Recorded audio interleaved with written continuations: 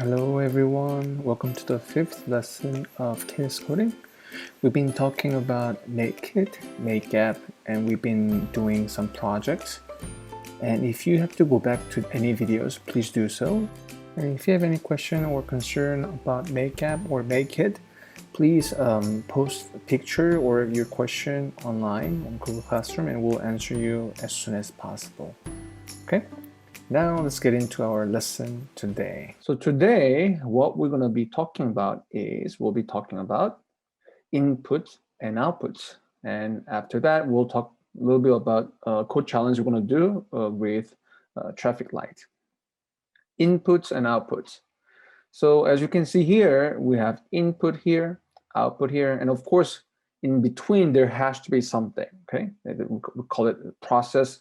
Sometimes we call it function. But the point here is that when you input something and there's output, if there's no process in between, what you're gonna end up with is you're gonna end up with same input as your output. So they will be the same because why? Nothing has changed. So depending on what you wanted to set your process properly, accordingly. So the reason why this is important is because even though the concept of input and output, everyone knows about it, but we want to emphasize how important this is because you really need to be aware and know what you're dealing with. What is the problem? What are you given with, and what do you want? And knowing this allows you to design and make your process part. Okay. So let's go a little deeper with input and output. All right. So here we go. Input, by definition, is signals or data received by the system. Well, it doesn't really have to be signal or data. It can be anything, okay? It can be an object. It can be multiple objects. It can be multiple signals. It can be anything, but whatever it is, it's received by the system. And output, just like input, is signals and data sent from the system. It doesn't have to be signal or data. It can be an object. It can be multiple objects, but it can be also a combination of multiple things, right? So input and output.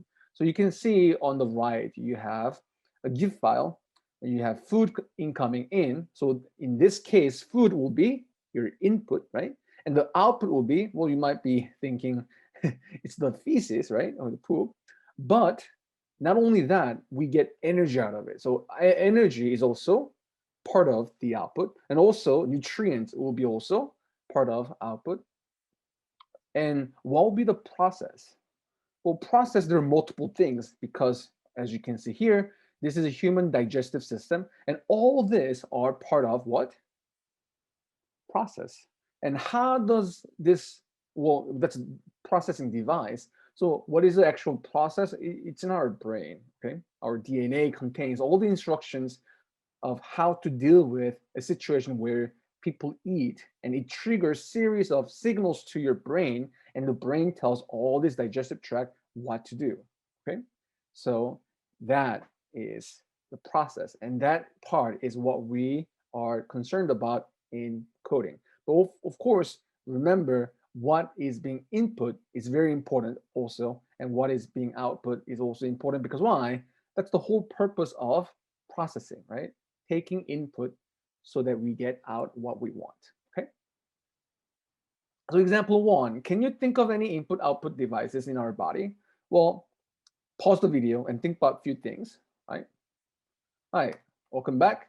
So pretty much all human body systems that you learn in biology, they're all input and output systems, okay? The reason why we have so many input output systems is because to maintain something called homeostasis.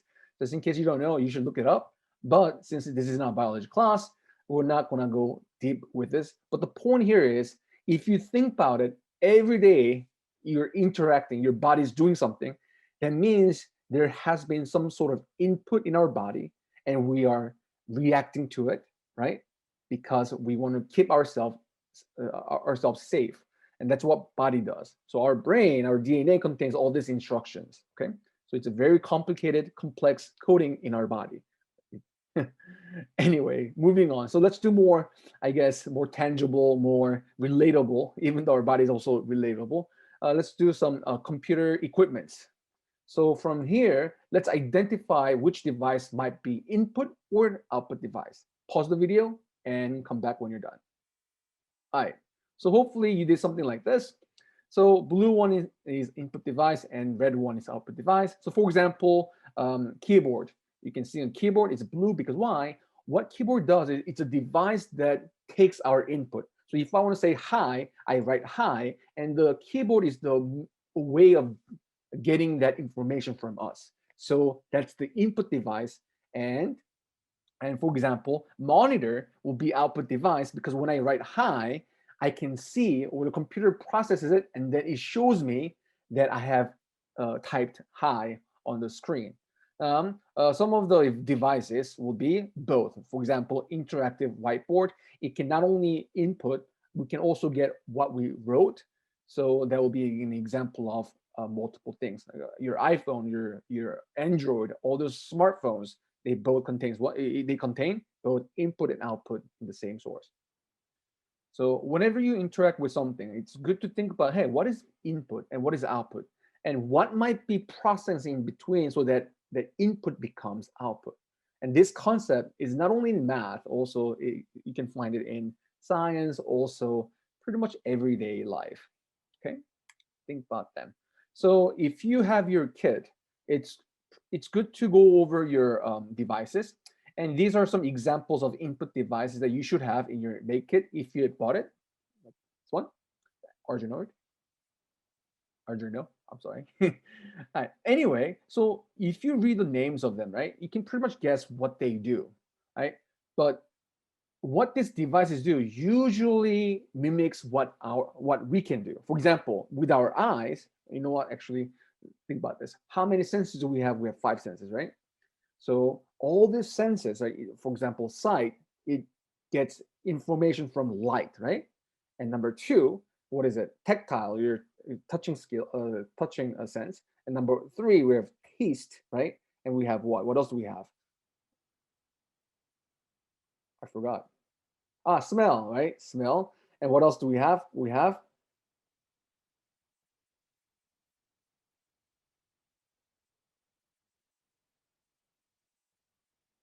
hearing. Yes, it took me some time, but we have hearing. So anyway, so we have devices that can mimic our sensor systems. So for example, here, illumination, and here, infrared. So you might think, hey, aren't they both light? Well, if you think about light, there are multiple things about light. For example, colors is a feature of light, and also illumination or brightness. So that might be also different parts of light. So even with light, there are multiple aspects of light that we can get. And also with light, you can also get distance, right? Because we can measure distance from our eyesight. So all these devices are input devices that can measure those metrics. Okay, moving on. Output devices. So like input devices, there are output devices where it can generate light. Well, we cannot generate light in a way, even though there's infrared. Motion, our muscle can do motion, but we have motors that can do it. Sound, well, there's a buzzer that making sound, and so on. So the output devices and input devices, it tries to mimic us, but except it can be better than us in a way, right? But anyway, moving on to next. All right, so if you see this diagram with input, output, and there's process, and we're gonna focus on process, okay? Because I think we talked enough about input and outputs. So process by definition is this. A process is basically what is happening in the system, and that will be covered by the coding, okay? So we're gonna have input, and our code will process the input so that we get what we want as an output. Right? So for example, so I'm not going to go deep with this, but our body has something called thermal regulation. So basically what it does is our body detects temperature because we have temperature sensors in our body. And what it does is it tries to maintain core temperature as stable as possible. Okay, that's what our body does. There are multiple ways to do it. One way is shivering. So when temperature gets cold, our bodies shiver because why? That vibration of muscle generates heat. Okay, so using that logic or knowledge, what we're going to do is we're going to help our friend Patrick. So let's say Patrick is outside, it's really cold, even though it's in the ocean, there's snow. but let's say it's happening, okay? So let's help our friend Patrick by coding how our skeletal muscles should behave depending on outside temperature. Now, hint, use if statement that we learned from last time. So just to going over, remember our input is temperature from temperature sensor in our body, and our output is the action of muscle.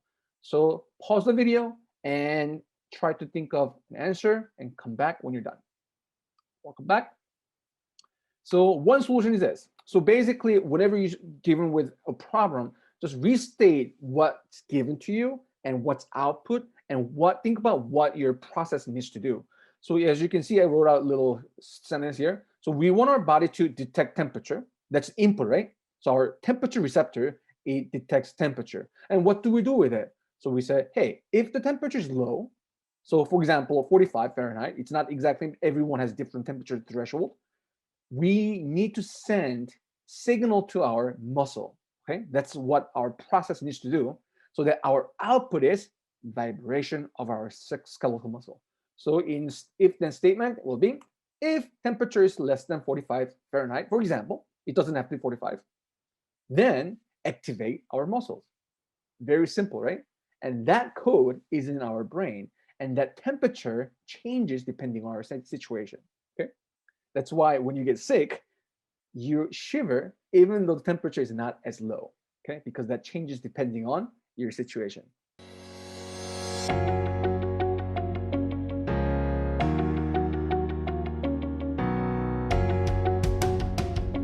Okay, let's open up our Make app and let's go to learning. And for the past few weeks, we've been on the first lesson and we'll be on this till next week.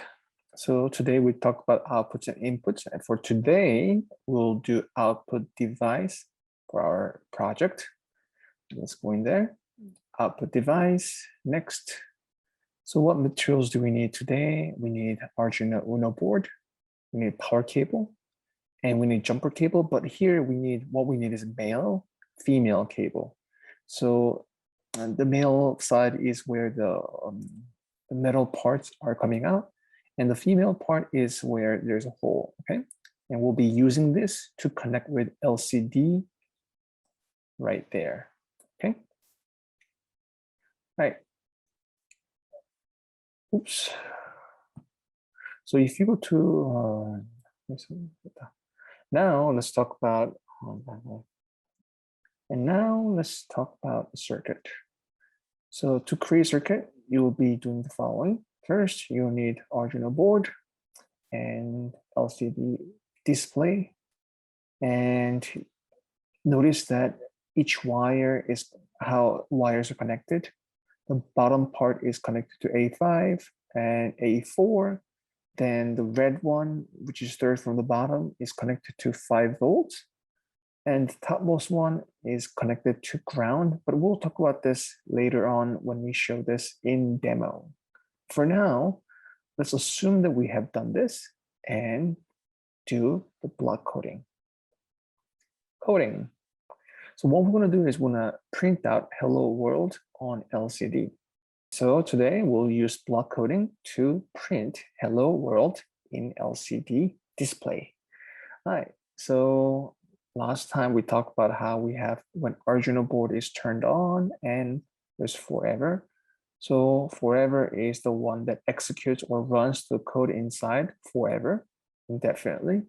And when Arduino is turned on, it only runs only once. So if you look at the left side, there are a couple commands.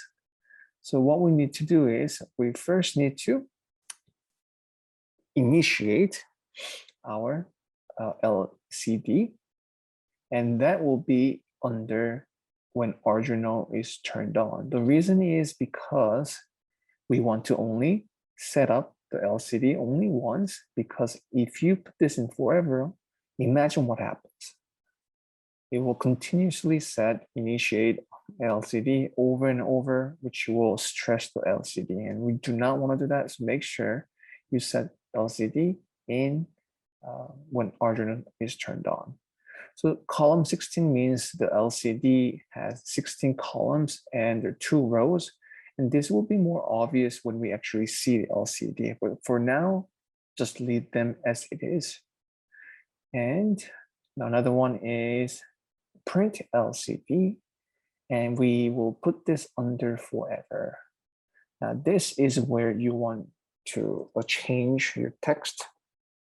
What we want to write is we want to write hello world, right?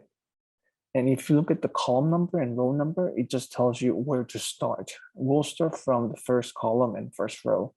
But here, 0 column means the first, and 0 row means the first row.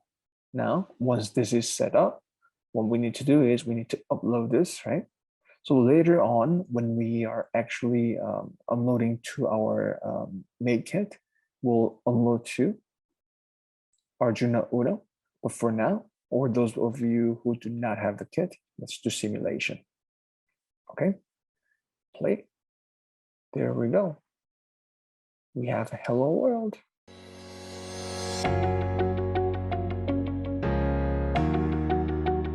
So this is the Arduino board that we used last week, and we'll be using it this week as well.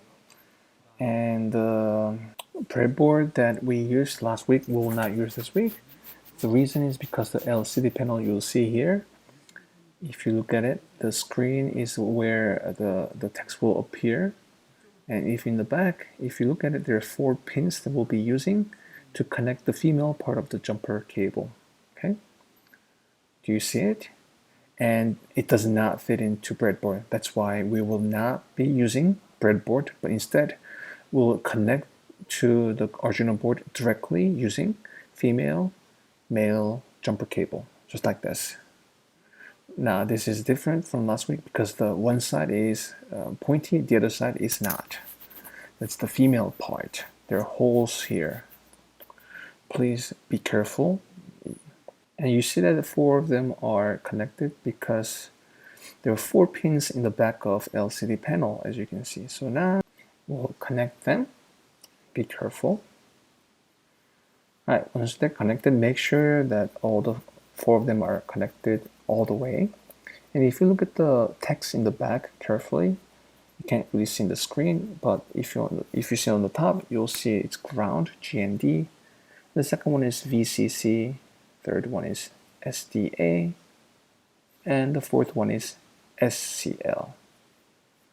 Okay, so make sure they are all the way in, and we'll connect them according to what we have seen in the make app in the circuit diagram. Now you see the circuit diagram on the screen, so we'll connect them accordingly. Ground to the ground in this in the Arduino board, and VCC from LCD panel to 5 volt in Arduino board.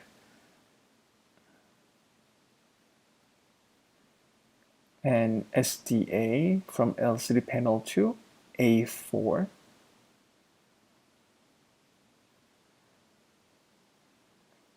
And then the last one is CL to A5. Now please do remember that colors do not matter. It matters what you put from where to where. So please do not try to follow the same color as me, but try to look at where is what in your situation. Okay, and if you have a problem, please do post your picture and we'll answer you as soon as possible. Okay, so 5 volt ground, A4, A5. Now let's connect the power to the make app and let's see what happens. Now as you can see, we have 2 LED light turned on. That means what? It's on, it's ready to receive data. And you'll see that LCD panel is also turned on. Now if you don't see waiting, it's okay, it's not broken, because why? If you have never used it, you'll see just blocks, okay? So don't worry. Now let's send the code to Arduino board and you'll see the red LED light blink. Good. And you'll see it updates to hello world, and that's it. Now, if you have any question or problem or concern while doing this project, please don't hesitate to take a picture or screenshot and post them on Google Classroom so we can point out what might have happened. And also feel free to try out different texts, different phrases, and have fun, okay? Good job everyone, and we'll see you next week. Bye bye.